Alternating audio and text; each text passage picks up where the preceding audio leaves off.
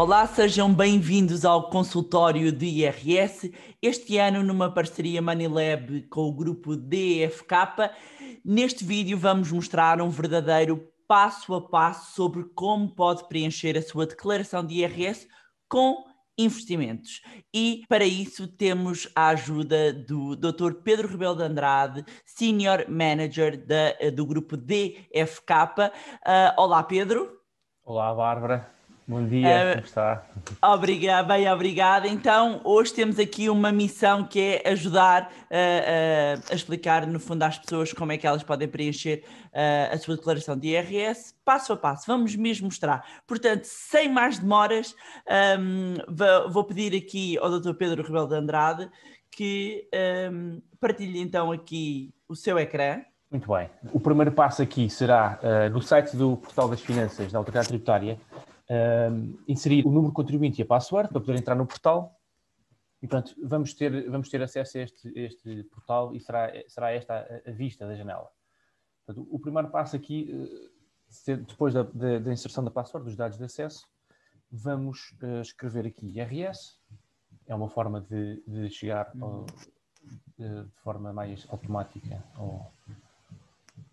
ao sítio correto. Depois aqui, neste caso, não vamos considerar o IRS automático, tendo em conta que vamos considerar aqui o exemplo de obtenção de rendimentos que não os rendimentos necessariamente só do trabalho dependente. E, portanto, aqui vamos clicar aqui em IRS. Vamos aqui entregar declaração, portanto aqui, esta janela. Vamos carregar aqui neste botão preencher a declaração, a primeira vez. Vamos considerar o ano de 2020 e selecionamos. Pronto. Aqui, é importante ter aqui em conta que, ao carregarmos aqui na obtenção de uma declaração pré-preenchida, vamos automaticamente obter os dados de todos os rendimentos que obtivemos decorrentes de um contrato de trabalho, por exemplo. Portanto, isso é importante que aqui coloquem o vosso número de contribuinte para que depois possam considerar esses rendimentos.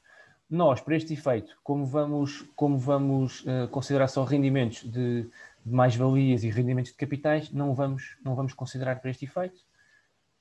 Portanto, clicaríamos aqui em continuar. Ora, o primeiro passo aqui, já dentro do campo da declaração, seria preencher a folha de rosto, portanto, com informação geral de cada contribuinte. Portanto, aqui atenção que o primeiro quadro, o quadro 1, relativamente ao Código do Serviço de Finanças, teríamos este código seria automaticamente preenchido quando eu naquela opção escolher o preenchimento de alguns dados automáticos, ok? Qualquer das formas, se isso não for o caso, é sempre um elemento que é de fácil consulta, portanto é só colocarem o Código de Serviço de Finanças da vossa residência que dará. Neste caso vamos pôr um código aleatório, é indiferente. Pronto, aqui, ano de rendimentos, vamos considerar o ano 2020.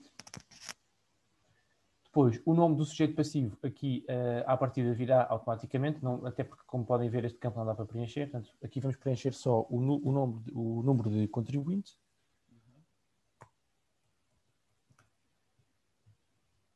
E é isto. Depois, Estado Civil. Este aqui, cada um vai preencher em conformidade, cada pessoa. Neste caso, podemos pôr aqui. Assim. Aqui, caso tenhamos escolhido a opção pelo pagamento, o englobamento, tributação conjunta, peço desculpa, tributação conjunta dos sujeitos passivos. Significa que queremos entregar uma declaração em conjunto com o nosso cônjuge. Aqui escolheríamos sim. Neste caso, como eu coloquei ali solteiro ou divorciado, não vou pôr nada. Não ficou selecionado. Não, aqui não vamos selecionar nada. Okay. Aqui era só se for Ok. Exatamente. Aqui no agregado familiar vamos colocar aqui os nossos dependentes, se for o caso. Portanto, aqui o número de contribuinte dos dependentes. Neste caso, não vamos considerar. Depois, se houver ascendentes que façam parte do agregado familiar, também é aqui que vamos preencher. Aqui, residência fiscal. No caso dos residentes no continente, será esta a opção. No caso dos residentes nas regiões autónomas dos Açores ou da Madeira, serão estas. Depois, aqui, isto é muito importante confirmar. Isto à partida também vem já pré-preenchido, mas convém sempre confirmar o NIB, o nosso NIB para efeitos do reembolso do IRS. Ok? Isto é muito importante. Depois, aqui a natureza da declaração, vamos colocar a primeira declaração do ano.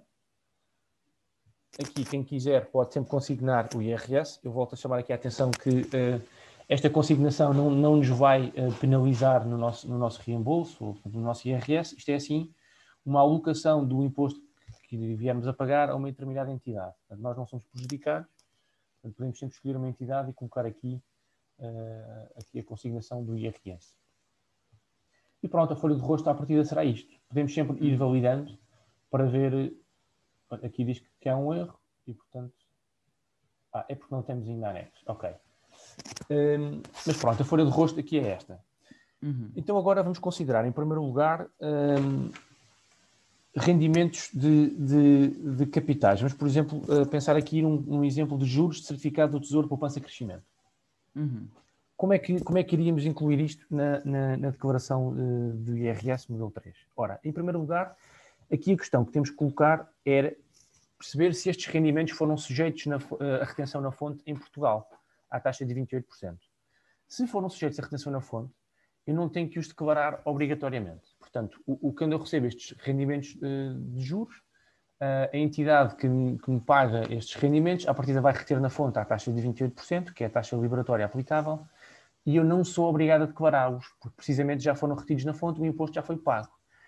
Em que casos é que eu posso aqui considerar, portanto, para efeitos da declaração, estes juros? Se eu quiser englobar, ok? E o que é que significa aqui englobar? É, se eu chegar à conclusão que é mais vantajoso incluir estes rendimentos no bolo, digamos assim, de todos os meus rendimentos, de todas as naturezas, para depois sujeitá-los às taxas progressivas do IRS.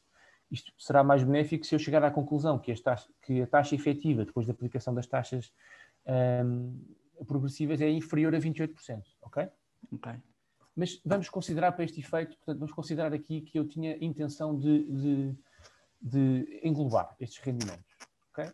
Portanto, rendimentos de capitais é o anexo E, ok? Atenção aqui que estamos a falar de rendimentos de fonte portuguesa, portanto, juros de certificado do Tesouro Poupança e Crescimento. A entidade que paga estes rendimentos, atenção, não necessariamente a entidade intermediária, portanto, eu posso ter rendimentos de capitais que são pagos através de um banco em Portugal, mas não necessariamente a fonte é portuguesa, ok? Estamos aqui a falar de rendimentos de capitais em que a fonte é portuguesa. Caso contrário, o anexo seria outro. E, portanto, aqui vamos considerar o NIF já vem automaticamente preenchido. Vamos aqui, então, considerar, para este efeito, estes rendimentos que eu quiser englobar. Ora, neste exemplo que eu vou utilizar, estamos aqui a falar de rendimentos que já foram retidos na fonte à taxa liberatória. E, portanto, eu vou preencher estes rendimentos no quadro B, não no quadro A. No quadro A seria o exemplo de estes rendimentos não terem sido sujeitos à retenção na fonte. Ok? Isto é o exemplo de serem pagos diretamente ao beneficiário sem qualquer intermediação de uma entidade financeira. E, portanto, neste caso, seria no quadro A que teríamos de declarar. E atenção que aqui, neste caso, seríamos sempre obrigados a declarar porque não tinha sido feita a retenção na fonte. Ok? E, portanto, vamos considerar aqui, a primeira linha será sempre esta aqui, com este número, 451. Se eu tivesse mais rendimentos, aqui consideraria 452 e por aí adiante. Pronto. Aqui vamos considerar o NIF da entidade devedora destes rendimentos. Portanto, vamos considerar aqui, cada um terá que dever depois o NIF da entidade que paga. Ora, neste exemplo que estamos a ver, estamos a falar de Qual juros. é que é essa entidade devedora, então? Pronto, entidade Será um devedora, banco? eventualmente, sim, exatamente. Ok. Exatamente. Ok. Depois, aqui vamos aqui considerar o código dos rendimentos. Okay. Portanto, aqui vamos a falar de juros. Ok? Será o código E20. Aqui o titular já vem automaticamente preenchido com o nosso NIF. Para efeitos de rendimento, aqui vamos considerar, exemplo, vamos considerar este exemplo, portanto, 100 euros, por exemplo, em que 28, foram sujeitos à retenção na fonte, à taxa de 28%, e, portanto, Estamos a falar de 28 euros que foram retidos na fonte, ok? E se fossem duas pessoas a preencher o IRS, o titular poderia ser o A ou o B? É, exatamente. Ok. Portanto, na folha de rosto, se tivéssemos escolhido a opção pelo entregue em conjunto, aqui poderíamos escolher quem é que era o sujeito específico que obtinha esse... Exatamente. Agora, muito importante, eu estou aqui a preencher, como já tendo sido sujeito à taxa liberatória, portanto, a única justificação para a qual eu vou preencher na declaração de IRS é a minha intenção de englobar. Portanto, vou considerar aqui... Aliás, não vou considerar nada porque isto é só relativamente a este quadro A. Mas ao preencher aqui, eu estou automaticamente a dizer que quero englobar estes rendimentos, ok? E, portanto, é isto. E, portanto, o anexo E, neste caso, vamos validar, está preenchido, ok? Ok. Agora vamos ter aqui outros exemplos. Vamos aqui considerar o exemplo de mais-valias de ações detidas sobre entidades estabelecidas em Portugal. Empresas em Portugal. Ora, neste caso estaríamos aqui a falar de um rendimento que devia ser declarado no anexo G. Ou seja, estamos a falar de uma pessoa que tem ações de uma empresa cotada no PSI geral ou no PSI 20, comprou, vendeu, gerou mais-valias e, portanto, por ser uma entidade portuguesa, neste caso as ações detidas por uma entidade portuguesa, o anexo é o G. Exatamente, isso mesmo. Exatamente. E, portanto, vamos aqui ver, tendo em conta este exemplo das ações, vamos aqui ver os quadros que são relevantes. E, portanto, aqui temos a alienação onerosa de direitos reais sobre bens imóveis, não é o caso. Reinvestimento das mais-valias de imóveis também não. Vamos aqui olhar e vai ser o quadro 9, alienação onerosa de partes sociais e outros valores mobiliários. Ok? E, portanto, aqui vamos considerar, vamos adicionar uma linha, estará aqui 9001. Mais uma vez, vamos escolher o titular. O NIF da entidade emitente, mais uma vez, será o NIF da entidade que paga estes rendimentos. Portanto, vamos considerar aqui, neste caso seria o banco.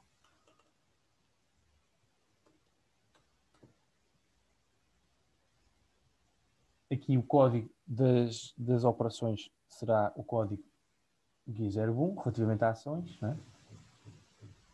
E é aqui que vamos efetuar o cálculo, portanto, aqui vamos deixar refletido o cálculo da mais-valia. Portanto, vamos preencher os elementos relativos ao ano, relativos à realização, portanto, o ano em que vendemos, neste caso será 2020, não é? Vamos aqui, tipo de exemplo, considerar o mês de novembro e dia 20.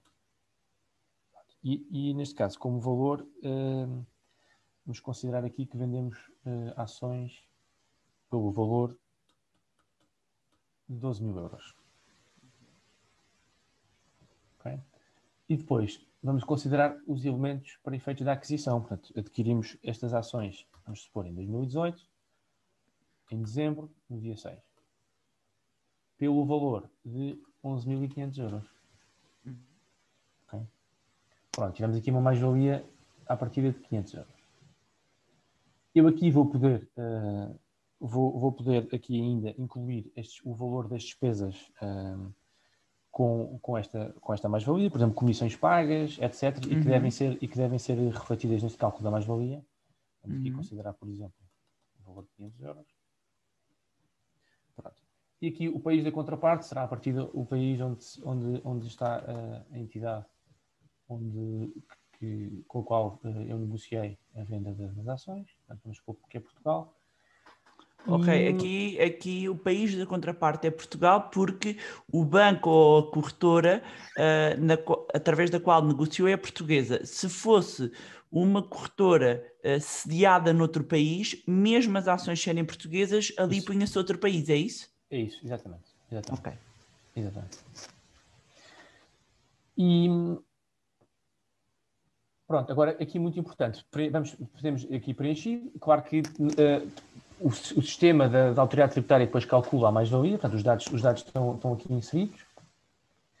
Muito importante agora é colocarmos aqui relativamente à opção pelo englobamento, se queremos ou não, que é cá em baixo, ou que não, é aqui no campo 15, ok? Portanto, passamos aqui à frente e vamos então aqui ver se englobamos ou não. Porque é que isto mais uma vez é relevante? Porque estas mais-valias também estão à partida sujeitas à taxa especial de 28%, ok? Nós só vamos englobar se chegarmos à conclusão que é mais vantajoso. Sujeitarmos às taxas progressivas. Neste caso, vamos supor que não, ok? Validamos. Está preenchido este anexo aqui, ok? É possível, então, ter englobado... Aqui está a dizer que não opta pelo englobamento, certo? Sim. É possível, então, englobar os juros e não englobar esta parte? Exatamente. A questão aqui é, se eu englobar os juros, eu vou ter que englobar todos os rendimentos de capitais, porque pertencem à mesma categoria, ok? Ok. Pronto. Aqui, como estamos a falar de mais-valias, não necessário, eu posso englobar mais-valias. Exatamente. Ok. E, portanto, agora vamos aqui considerar mais um exemplo.